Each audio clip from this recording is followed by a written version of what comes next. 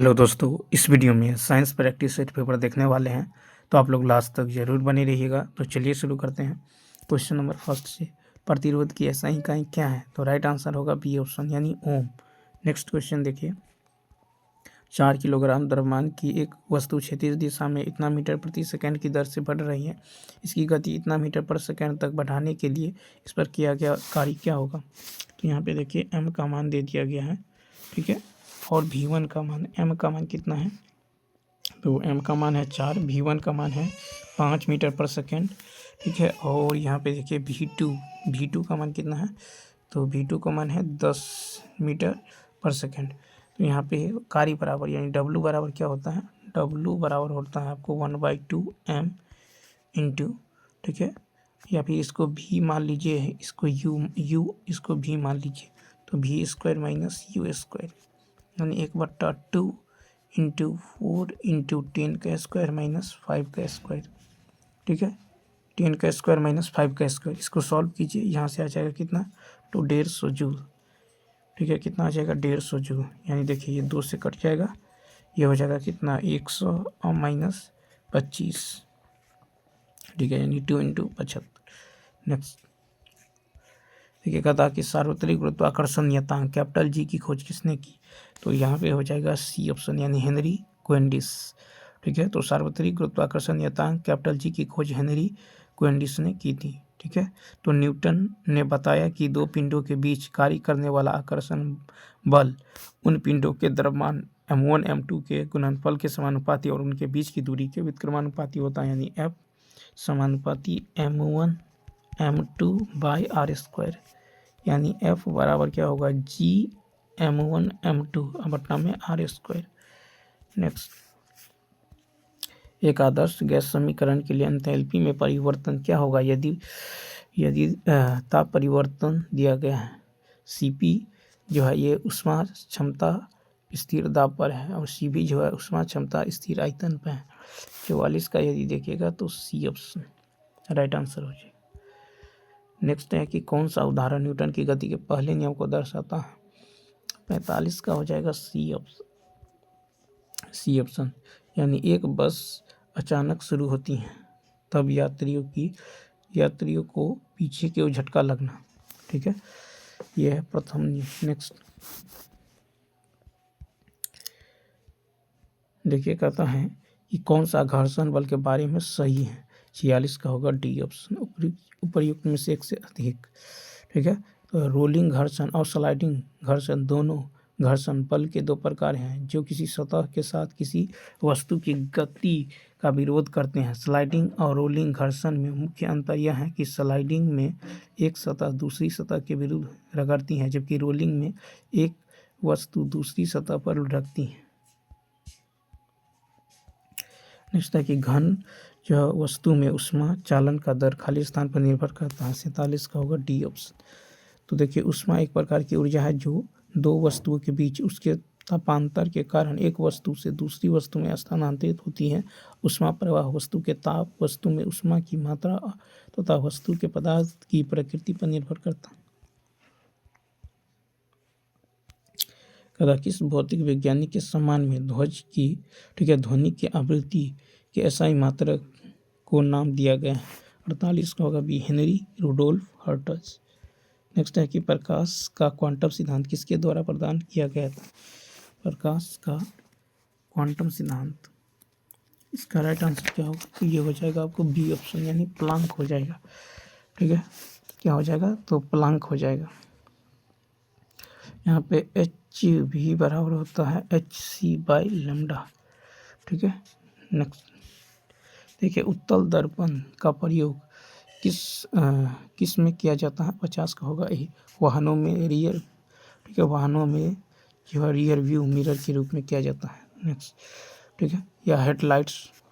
तो देख लीजिए, यहाँ पे जो है उत्तल दर्पण का उपयोग वाहनों में जो है रियर व्यू मिरर के रूप में किया जाता है। सड़क पर लगे परावर्तक लैंपों में उत्तल दर्पण का उपयोग किया जाता है। वहीं चिकित्सक कान, नाक, गले आदि के आंतरिक भागों के जांच के लिए अवतल दर्पण का उपयोग किया जाता है। अवतल दर्पण का उपयोग सामान्यतः टॉर्च, सर्च लाइट तथा वाहनों के हेडलाइट्स में जब प्रकाश का शक्तिशाली समांतर किरण पुंज प्राप्त करने के लिए किया जाता है। कौन सा कथन सही है? 51 का होगा डी ऑप्शन। ठीक है, तो देख लीजिए यहाँ पे, यानी पदार्थ के कणों के बीच आकर्षण बल कार्य करता है जिससे वे एक दूसरे से बंधे होते हैं। पदार्थ के कण द्रव और वायुओं में सतत स्थानांतरित होते हैं। पदार्थ कणों से बना होता है। पदार्थ के कणों के बीच अंतर होता है। कहता है कि निम्न तत्वों से अर्ध धातुओं के सही युग्म का चयन करें। 52 का होगा एक, यानी सिलिकॉन और जर्मेनियम। ठीक है, सिलिकॉन और जर्मेनियम अर्ध धातुएं हैं। एक तत्व के आइसोटोप की द्रव्यमान संख्या 298 है। ठीक है, यदि नाभिक में 196 न्यूट्रॉन है तो इसकी परमाणु संख्या क्या है? तो देखिए, परमाणु संख्या द्रव्यमान संख्या बराबर होता है प्रोटॉन की संख्या प्लस न्यूट्रॉन की संख्या। ठीक है, तो यहाँ से आप निकाल लीजिए। तो हमको निकालना है यहाँ पे परमाणु संख्या P बराबर क्या होगा? A माइनस N, यानी द्रव्यमान संख्या और माइनस का क्या होगा? न्यूट्रॉन की संख्या। इसी घटाएंगे, ये आ जाएगा 102।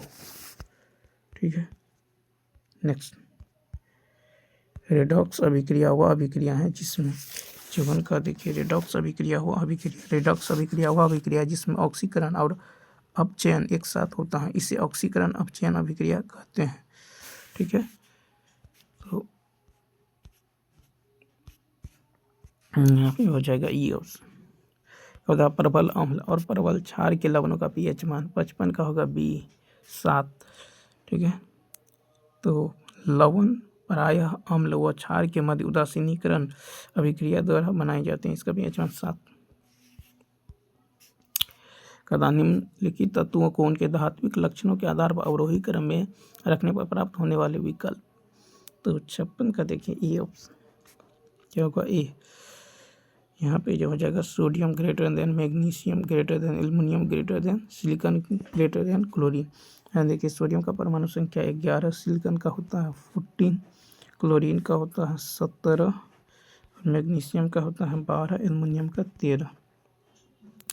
ठीक है, तो यहाँ पे आवर्त सारणी में किसी आवर्त में परमाणु क्रमांक बढ़ने पर तत्वों का धात्विक लक्षण घटता है, इसलिए इन्हें अवरोही क्रम में रखने पर इस तरह sodium, magnesium, aluminium, silicon, chlorine. Next है कि किसका प्रयोग पीने के पानी को कीटाणु रहित करने के लिए किया जाता है? 57 का होगा b, bleaching powder. Caustic soda का उपयोग सामान्यतः खालिस्तान में नहीं किया जाता है। 58 का डी। देखिए, कास्टिक सोडा का प्रयोग कपड़ा, डिटर्जेंट तथा कागज एवं लुगदी उद्योग में उपयोग किया जाता है। ठीक है, यहाँ पे है कि किया जाता है। प्लास्टर ऑफ पेरिस के बारे में कौन सा कथन गलत है? 59 का सी। प्लास्टर ऑफ पेरिस सफ़ेद रंग का पाउडर होता है। ठीक है, यह जिप्सम से बना होता है। यह जिप्सम के कैल्सिनेशन द्वारा जो रासायनिक रूप से तैयार किया जाता है ठीक है, प्लास्टर ऑफ पेरिस का यूज जो है सांचे एवं मूर्ति के लिए कास्ट और पैटर्न बनाने में किया जाता है। इसका उपयोग टूटी हुई हड्डियों को सेट करने में किया जाता है। इसका उपयोग पेंटिंग से पहले सतहों को चिकना करने के लिए किया जाता है। ठीक है, अब देखिए, प्लास्टर ऑफ पेरिस का सूत्र होता है CaSO4 H2। जंगरोधी इस्पात में कौन सा तत्व उपस्थित नहीं है? B, tungsten. लसिका आंतों में पचित अवशोषित खाली स्थान परिवहन करती हैं। 61 का होगा सी, वसा। ठीक है, तो लसिका आंतों में पचित अवशोषित वसा का परिवहन करती हैं। लार एमाइलेज खाली स्थान के पाचन में मदद करता है। A option, starch. मानव शरीर में वसा का पाचन मुख्यतः खाली स्थान में होता है, तो छोटी आंत में। कदा कि कौन सा पूरे शरीर में संचारित होता है और चोट वाले स्थान पर रक्त का थक्का बनाने में मदद करके रिसाव को बंद करता है? 64 का होगा ए, प्लेटलेट्स। कदा कौन सी मानव कोशिका अपने आकार को बदलने की क्षमता रखती है? 65 का सी, WBC। नेक्स्ट, कदा कि आंतरिक गति निर्धारक मानव शरीर के निम्नलिखित अंगों में से कहाँ स्थिर रहता है? 66 का यदि देखें तो बी, दिल में। फिर है कि प्राथमिक कार्य मूत्र के उत्पादन से खून से अपशिष्ट पदार्थ का उन्मूलन करना। ये वृक्क, तो वृक्क मनुष्य का उत्सर्जी अंग है। शरीर में 2 वृक्क होते हैं, इनका आकार सेम के बीज जैसा होता है। इससे बाहरी भाग को कार्टेक्स तथा आंतरिक भाग को मेड्यूला कहते हैं। कहा कि खाली स्थान खांसी और छींकने वाली अनैच्छिक गतिविधियों को नियंत्रित करता है। 68 का होगा ए मज्जा। अस्थि कोशिकाएं एक हार्ड मैट्रिक्स में अंतःस्थापित होती हैं जो बना होता है। 69 का बी। तो देखिए अस्थि कोशिकाएं एक हार्ड मैट्रिक्स में अंतःस्थापित होती हैं जो कैल्शियम और तथा फास्फोरस का बना होता है। कहता निम्नलिखित में से किस पदार्थ में आयरन प्रचुर मात्रा में पाया जाता है। 70 का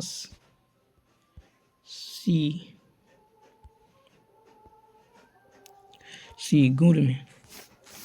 ठीक है, नेक्स्ट कहता कि देखिए यहाँ पे मेगालोब्लास्टिक एनीमिया किस विटामिन की कमी के कारण होता है। तो विटामिन B9, विटामिन B2 के कारण विटामिन B2 कमी से त्वचा फटना, आंखों का लाल होना, या विटामिन C से स्कर्वी।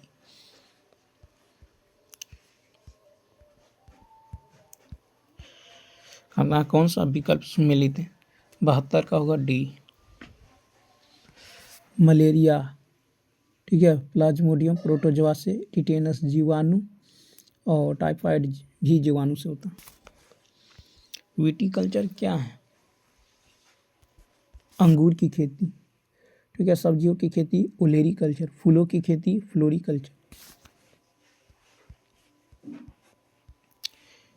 केसीन एक प्रोटीन है जो खालिस्तान में पाया जाता है। 74 का ए दूध में। ठीक है, तो प्रोटीन। नेक्स्ट है कि किस जीव में लिंग का निर्धारण आनुवंशिक रूप से नहीं होता। 75 का ए घोंघा। कौन सा मोलस्का का उदाहरण नहीं है। 76 का ए शतपाद। कहता कि किस पौधे को जड़, तना और पत्तियों में विभेदित नहीं किया जा सकता। 77 का सी स्पाइरोगाइरा। किसे एक औषधीय पौधा माना जाता है। 78 का सी नीम। कहता कि जड़ों की जल अवशोषित करने वाली अधिचर्मी कोशिकाओं में प्रायः लंबे रोमों जैसी संरचनाएं क्यों पाई जाती हैं। 79 का यदि देखें ए अवशोषण के लिए उपलब्ध सतह क्षेत्र में वृद्धि करने के लिए।